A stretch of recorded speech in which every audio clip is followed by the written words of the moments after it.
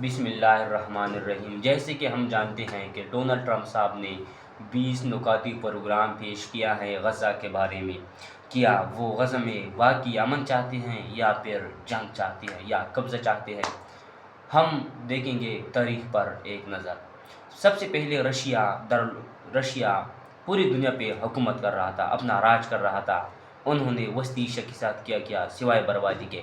اب امریکہ امن کے نعرے پر غزہ میں آنا چاہتے ہیں، جبکہ رشیا نے یہ 20 نکاتی پروگرام بالکل مسترد کر دیا ہے، اور رشیا کہتا ہے کہ 20 نکاتی پروگرام کو ہم نہیں مانتے۔ ان کا کہنا یہ ہے کہ ہم ان 20 نکاتی پروگرام میں اپنے 10 نکات شامل کریں گے، پھر ہم اس کو مانیں گے۔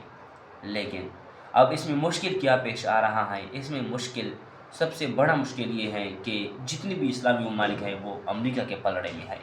پاکستان ہو گیا، سعودی عربیہ ہو گیا، یونائٹڈ عرب ایمریٹس ہو گیا، ترکیہ ہو گیا، جتنے بھی بڑے ممالک ہیں وہ امریکہ کے ساتھ ہیں سوائے ایران کے۔ اور پھر ایران جو کہ اکانومیکلی پوری طرح سے ڈسٹرکشن کا شکار ہے، تباہ ہو چکا ہے، برباد ہو چکا ہے۔ افغانستان جس کا حکومت کوئی تسلیم کرنے کے لیے تیار نہیں ہے۔ اب چائنا اس کو مان چکا ہے، رشیا اس کو مان چکا ہے، لیکن دنیا اب بھی اس کو قبول نہیں کر چکا۔ تو اب مسئلہ کہاں پہ آ رہا ہے؟ رشیا اس کو ماننے کے لیے کیوں تیار نہیں ہے؟ اور اگر رشیا اس کو نہ مانے تو کیا یہ غزہ فلسطین کے عوام کے لیے صحیح ہے یا غلط ہے؟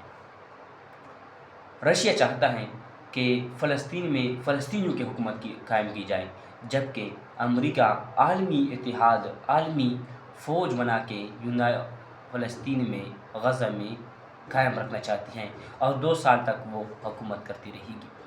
اب 2 سال میں کتنی خطرناک پالیسیاں بنائی جا سکتی ہیں اس کے بارے میں سب جانتے ہیں اور سب سوچ سکتے ہیں۔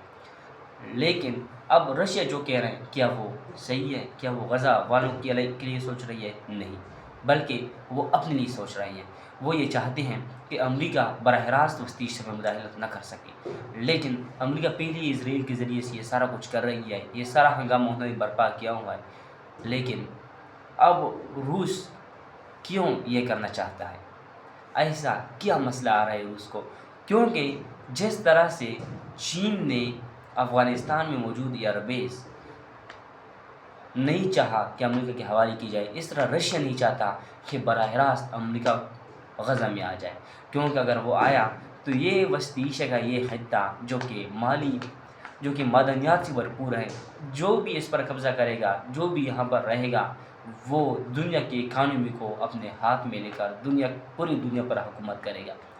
اور امریکہ آلریڈی سپر پاور ہے، اگر وہ وسطی ایشیا میں آ کر اپنی منمانی شروع کر دی انہوں نے، تو اس کا مطلب یہ ہے کہ جو خطہ رشیا اچھی طرح سے یوز نہیں کر سکا، استعمال نہیں کر سکا، وہ امریکہ بہت اچھی طریقے سے استعمال کرے گا۔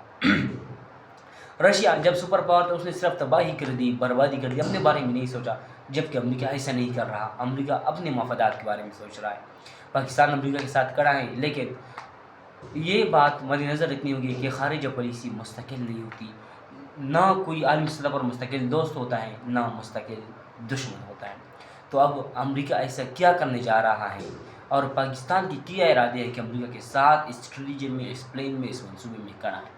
یقیناً پاکستان اس وقت چاہتا یہ ہے کہ غزہ میں موجود جو قتل عام ہے وہ روک دیا جائے، لیکن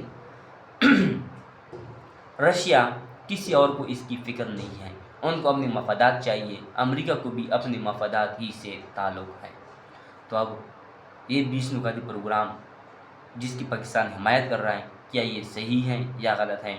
کمنٹ سیکشن میں ضرور بتائیے گا۔ اب رشیا جو 10 نکاتی پروگرام لے کر آیا ہے، اس کا مطلب یہ ہے کہ 20 نکاتی پروگرام پوری طرح سے مفلوج ہو چکا، ختم ہو چکا، کیونکہ چین بھی اس کی حمایت کر رہے ہیں، اور یہ دونوں ویٹو پاور ہیں۔ 15 ویٹو پاور ہوتی ہے دنیا میں، جس میں 5 مستقل ہیں اور 10 جو ہیں وہ 2 سال کے بعد چینج ہوتے ہیں۔ تو اب امریکہ کیا کرے گا رشیا کے خلاف؟ کیونکہ رشیا مستقل ویٹو پاور ہے، اور چائنا بھی۔ پاکستان میں ویٹو پاور کا حصہ ہے اب، لیکن مستقل